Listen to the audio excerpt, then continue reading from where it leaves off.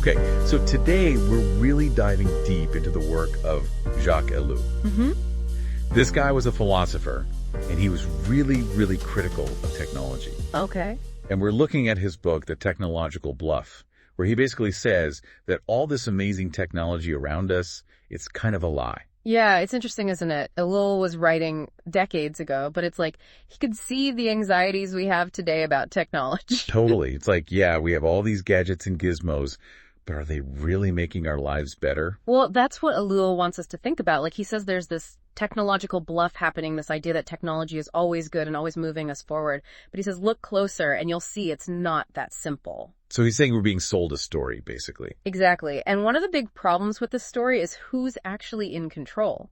Ellul says it's created a new kind of aristocracy. A new aristocracy. So not like, so the people behind the algorithms and the ones with all our data. Right. They're the new elite. And Ellul's point is that they're often so focused on the technology itself that they don't see the bigger picture. You mean like the social and environmental problems it can cause? Exactly. They're so busy innovating that they don't always stop to think about the consequences. So he's saying technological progress isn't always actual progress. Exactly.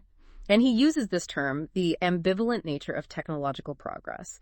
Basically, that every technological advance comes with a potential downside.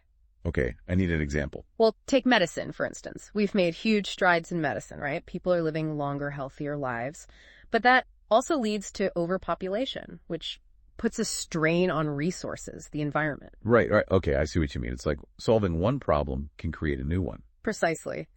And Ellul's point is that it's almost impossible to separate the good from the bad when it comes to technology. They're intertwined. It can feel like you're on a treadmill sometimes, always running but not going anywhere. That's a good way to put it. And because technology is always changing, always advancing, we're becoming more and more reliant on these systems that we don't fully understand. And that's a bit scary when you think about it. It is. Ellul called it this feeling of creeping uncertainty. We put so much faith in technology, but what happens when it fails? Like with Chernobyl. Exactly. Or even something like a massive data breach. These things highlight the potential dangers of relying too heavily on complex systems that we can't fully control. It's like we're driving this car at high speed and we don't even know how to fix the engine if it breaks down. And to make matters worse, we might not even realize it's broken until it's too late. Ellul's point is that the more complex these systems become, the harder it is to predict and manage the unintended consequences. So what do we do? Well, that's what we'll explore in the rest of this deep dive. Because Ellul didn't just want to point out the problems. He wanted to start a conversation about how we can have a healthier, more balanced relationship with technology. You know, it's funny. Ellul called this whole thing the triumph of the absurd. The triumph of the absurd. That sounds pretty intense. What's so absurd about it? Well, he said that in our never-ending quest to make things faster and better, we end up creating things that don't actually make sense, you know? Things that are pointless, maybe even harmful. Okay, I need an example. Give me an example. He talked about the Concorde supersonic jet. Oh, right. The super fast airplane. Yeah. Amazing piece of engineering, right? Totally. But, did it really do much for humanity? I mean, a handful of people got to travel a bit faster, but at what cost? All that fuel, all those resources? Right. Not exactly the best use of resources, I guess. Exactly. And Ellul saw this kind of thinking everywhere. It's like we're always chasing the next big thing, the next upgrade. He talked about how we're pressured to buy new phones every year, even if they're not really that different from the ones we already have. Oh, tell me about it. I feel like I'm constantly being bombarded with ads for the latest phone. And I'm like, but my phone works perfectly fine. Exactly. And that's part of the problem. We've been convinced that we always need the latest and greatest, even if it doesn't actually improve our lives in any meaningful way. We're trapped on this upgrade treadmill. That's a great way to put it. And who benefits from this endless cycle of consumption? Well, according to Ellul, the technocrats do. The new aristocracy. It's like they're holding the carrot on a stick, always just out of reach. So we're all just rats in a maze. Kind of, yeah. And the more we buy into this idea of technological progress, the less likely we are to question the system, right? Right. It's like we're blinded by the shiny new objects. Exactly. And Ellul was really interested in this idea of fascination. He noticed that intellectuals, people in positions of power, were often the most easily fascinated by technology. Why intellectuals? You'd think they'd be the first ones to see through the hype. You'd think so, wouldn't you? But Ellul said their intellect actually made them more vulnerable. They get so caught up in the technical details, so impressed by the possibilities, that they forget to ask the important questions. Like, what are the consequences of this? Precisely. They fall in love with the machine and forget that it's supposed to be serving us, not the other way around. So it's not just about the technology itself, it's about the narratives we tell ourselves about it. Right.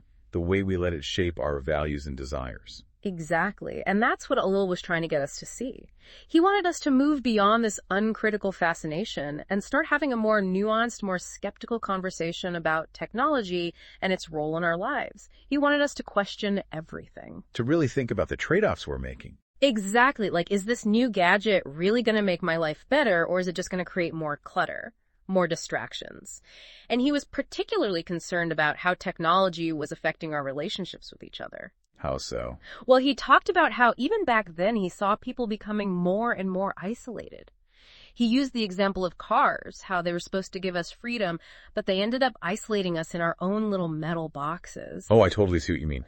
And now it's like 10 times worse with smartphones. Everyone's always looking at their screens. Exactly. It's like we're more connected than ever before, but also more disconnected somehow. And Ellul also pointed to the rise of things like rock music as a form of diversion. Wait, rock music? As in, like, the Rolling Stones? Yeah. He wasn't saying it was a bad thing, but he was worried that this kind of intense sensory experience, while exhilarating, could also be a way to numb ourselves, to avoid facing the difficult realities of the world. I never thought about it like that, but I kind of get what he means. And to be clear, Ellul wasn't some anti-technology crusader. He just wanted us to be more aware of how technology, even in seemingly harmless forms, can be used to shape our desires and control our behavior. It's about being conscious consumers, right? Absolutely. And that leads us to one of his most, unsettling ideas. He called it a terrorism in the velvet glove of technology. Terrorism. Okay, now I'm really intrigued. What does he mean by that? He's not talking about bombs and violence. It's more like a subtle form of coercion. The way technology can, in very subtle ways, shape our choices and limit our possibilities, all while making us feel like we're making those choices freely. Okay, I need an example of this velvet glove terrorism. Well, take education, for instance. Ellul argued that this big push towards STEM fields, science, technology, engineering, math, while often presented as the path to success, is also a way for the technological system to perpetuate itself. So we're basically being trained to become the engineers and programmers that the system needs to survive. Exactly. And there's this underlying message that if you don't get on board, you'll be left behind. You won't be able to succeed in this new technologically driven world. So it's like we're being subtly coerced into following a certain path, even if it's not the path we would choose for ourselves. That's exactly what Ellul was getting at. So this pressure to conform. Yeah. Like, get with the program or get left behind. But Ellul also talked about this thing, technological rationality. What did he mean by that? It almost sounds like an oxymoron. Yeah, it's a tricky one. He was saying that we tend to think of technology as being purely rational, right? Like it's all about logic and efficiency. Yeah. But he said that this way of thinking can blind us to the fact that technology has its own internal logic, its own values. And those values aren't always aligned with human values. Okay, so give me an example. How does that play out in the real world? Well, think about something like computer translation. Okay. We've gotten incredibly good at translating languages using computers. Right? Yeah, amazingly good. But in that pursuit of technical perfection, have we lost something? What do you mean? Well, language is more than just strings of words, right? Right. There's nuance, there's poetry, there's the human touch. And Ellul's point is that sometimes in our quest for efficiency, we forget about those things. So we might be gaining accuracy, but losing something else in the process. Something less tangible, but maybe even more important. Exactly. And that's the danger of what he called technological rationality. We get so focused on finding the most efficient solution that we forget to ask if it's actually the best solution for humanity. It's like we're letting the machines tell us what's important instead of deciding for ourselves. That's a great way to put it. And that's really what Ellul was getting at. He wanted us to be more conscious of how we're using technology to make sure it's serving us, not the other way around. So how do we do that? How do we reclaim our agency in this world that seems increasingly shaped by technology? Well, Ellul didn't pretend to have all the answers. He knew that technology is here to stay and we can't just unplug from the system. But he did believe that we have more power than we realize. Okay, so what can we do? Well, for one thing, we can start by being more critical of the technology we use. Like not just buying the latest gadget because it's new and shiny. Exactly. Ask yourself, do I really need this? Is it going to make my life better? Or is it just going to create more clutter, more distraction? It's about being mindful, right? Exactly. Yeah. And it's also about being more engaged citizens. We need to be having these conversations, asking the tough questions about how technology is shaping our world, who's benefiting, and who's being left behind. Because if we don't, we're basically just passive passengers on this technological roller coaster. Exactly. But if we do engage, if we start asking the right questions, we can help steer this thing in a direction that benefits everyone.